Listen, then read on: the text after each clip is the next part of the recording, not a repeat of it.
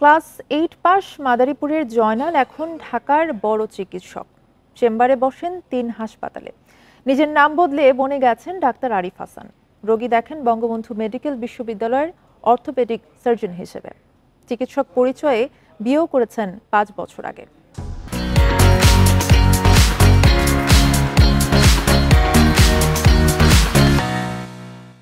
এ বিষয়ে আলোচনা করতে রাজধানীর বসুন্ধরা আবাসিক এলাকা থেকে আমাদের সঙ্গে আছেন স্বাস্থ্য অধিদপ্তরের হাসপাতাল শাখার line director doctor Joynal Abedin Titu. আপনাকে স্বাগত জানাচ্ছি ইন্ডিপেন্ডেন্ট সংবাদে।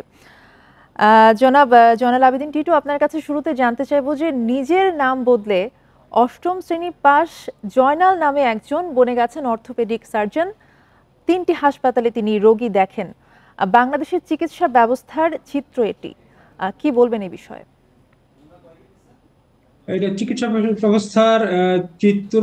এটা আমি বলতে চাই যে এটা সার্বিক চিত্র নয়, কোনো কোনো জায়গায় এরকম হচ্ছে, হয়তো সব জায়গায় হচ্ছে তাও না। এটা হচ্ছে ওই ক্লিনিক মালিকদের আশ্রয়ে প্রশ্রয়ে এবং তাদের দেওয়া টোপে। তো বাংলাদেশে যে একটা আইন আছে, বিএমডিসি আইন 2010, সে অনুযায়ী যদি কোনো ব্যক্তি ভুয়া পরিচয় দেয় এবং চিকিৎসক না হয়েও চিকিৎসক বলে চিকিৎসা করতে চায়, তাহলে তার শাস্তি হলো 3 লক্ষ টাকা জরিমানা, 1 লক্ষ টাকা জরিমানা, 1 লক্ষ টাকা জরিমানা অথবা 3 বছর কারাদণ্ড। তো আমার মনে হচ্ছে এদের শাস্তির পরিমাণটা আরো বাড়ানো উচিত। কিন্তু এই যে বিএমডিসি আইনের কথা আপনি বলছিলেন, বিএমডিসি রেজিস্ট্রেশন নাম্বারও কিন্তু তিনি ব্যবহার করেছেন। এই বিষয়গুলোর ক্ষেত্রে তদারকির দায়িত্ব যাদের, তারা আসলে কি করছে? তদারকির দায়িত্ব হলো স্বাস্থ্য প্রশাসনের, এটা বটে, কিন্তু এটার জন্য শাস্তি দেওয়ার দায়িত্ব পুরোটাই আইন প্রয়োগকারী সংস্থা এবং বিচার বিভাগের। স্বাস্থ্য প্রশাসন এটা তদারক করতে পারে কিন্তু শাস্তি দিতে পারে না, সেই ক্ষমতা তাদেরকে দেওয়া হয়নি।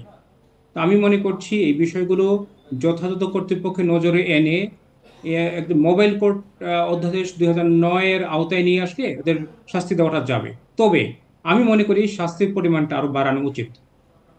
আর শাস্তির পরিমাণ বাড়ানো উচিত অবশ্যই, কিন্তু তারা যে আসলে এই যে রেজিস্ট্রেশন নাম্বার ব্যবহার করে হাসপাতালে বসছেন এবং অন্য একজনের নাম ব্যবহার করে রোগী দেখছেন, এইসব বিষয় আসলে তদারকি কেন হচ্ছে না? এসব ঘটনায় কিন্তু রোগীরা অসহায় এবং জিম্মি হয়ে আছেন, তাদের কাছেই দেখাতে হচ্ছে। এই বিষয়ে কি বলবেন? আমি মনে করছি যে এই তদারকির জন্য ম্যান পাওয়ার, ঢাকার একটা শহরে আমার ধারণা প্রায় 1000-এর কাছাকাছি ক্লিনিক হবে।